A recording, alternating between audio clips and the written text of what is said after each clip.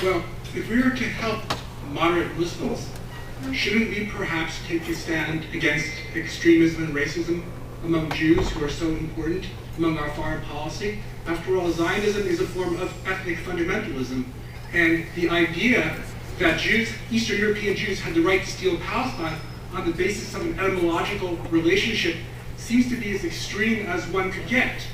Don't we as Americans, if we want to help moderate Islam, have to take a stand against the extremism that we support, which is, it would be almost equivalent to saying that the Irish, because they have they're Roman Catholics, have the right to steal Rome from the native population, maybe because of the potato famines.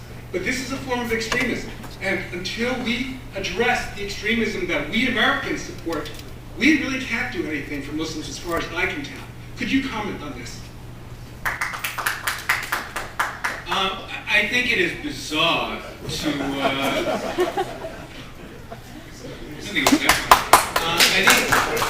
think it is bizarre to claim that Jews stole Palestine. I mean, that is just a ridiculous assertion.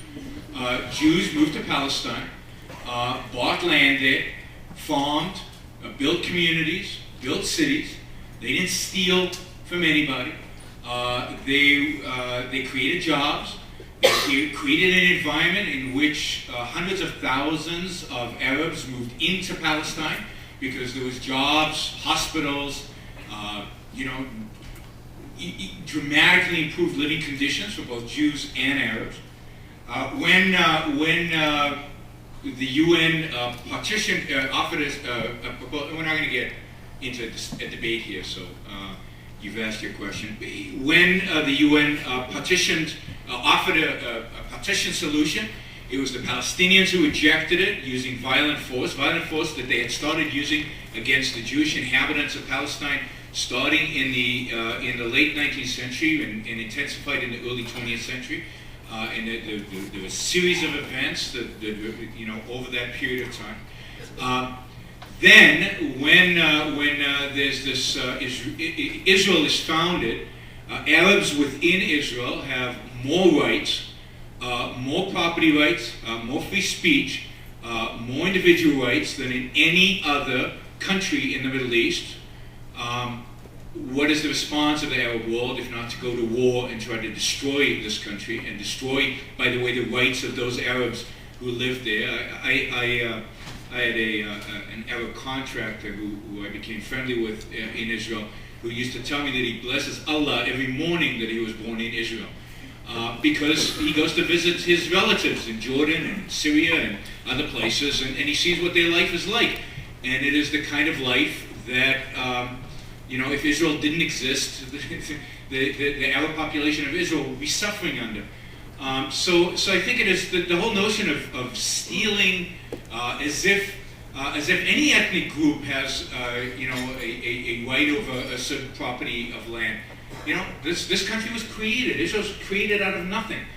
You should read some of the descriptions of Palestine from the 19th centuries and the enormous achievement that the Jews created in the state of Israel. I mean, will go down in history as one of the great human achievements in terms of taking a swampy, deserty land with nothing on it and turning it into a modern Western society. And if you visit Israel and you visit some of the Arab countries, you'll see an enormous, unbelievable difference. If you take statistics like GDP per capita, if you take away the oil, Israel has the highest by far of any Arab country.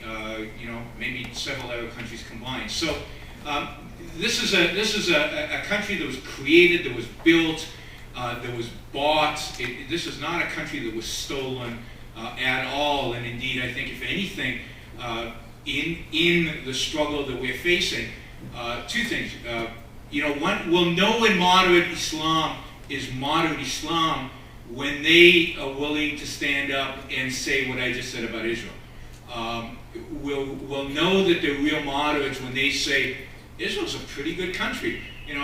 We'd like Arabs to live in Arab countries as well as Arabs in Israel live, and indeed in this war that I think we're engaged in, I think Israel is a primary and significant ally that we should be supporting all the way. Beyond the specifics.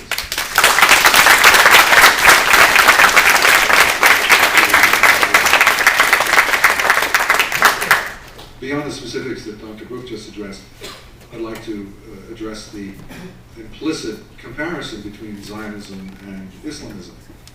I would say, and I did say, that Islamism is comparable to fascism and communism. I'd go further and say not only is it totalitarian, that it seeks to control all aspects of life, such as was best illustrated under the Taliban in Afghanistan for 5 years, but beyond that, like those other movements, it seeks a world hegemony. And like those other movements, it sees the United States and its allies as the primary obstacle to that world hegemony. I resist any comparison between Islamism and the isms or the movements in other religions, be they Christian, Jewish, Hindu, Buddhist, Shintoist, or otherwise. This is a very specific movement that has global implications and is what John McCain calls the transcendent threat to the United States. Now, to put Zionism in that category is as I do not. pointed out, Zionism is a form of ethnic fundamentalism. It has very little to do with religion. Ethnic fundamentalism was common in the, I guess, post-World War I period, not today. I just want to remind everybody there's a very long line of questioners. No, and lots of time, so. He was misunderstanding what I said. I am not claiming Zionism as a religious movement. I am pointing out that it is a form of ethnic fundamentalism where Jewish rights take precedence over non-Jewish rights. But we're going to just make a succinct question. The panelists will do their whatever best its to answer nature, questions. it is not a threat to the United States.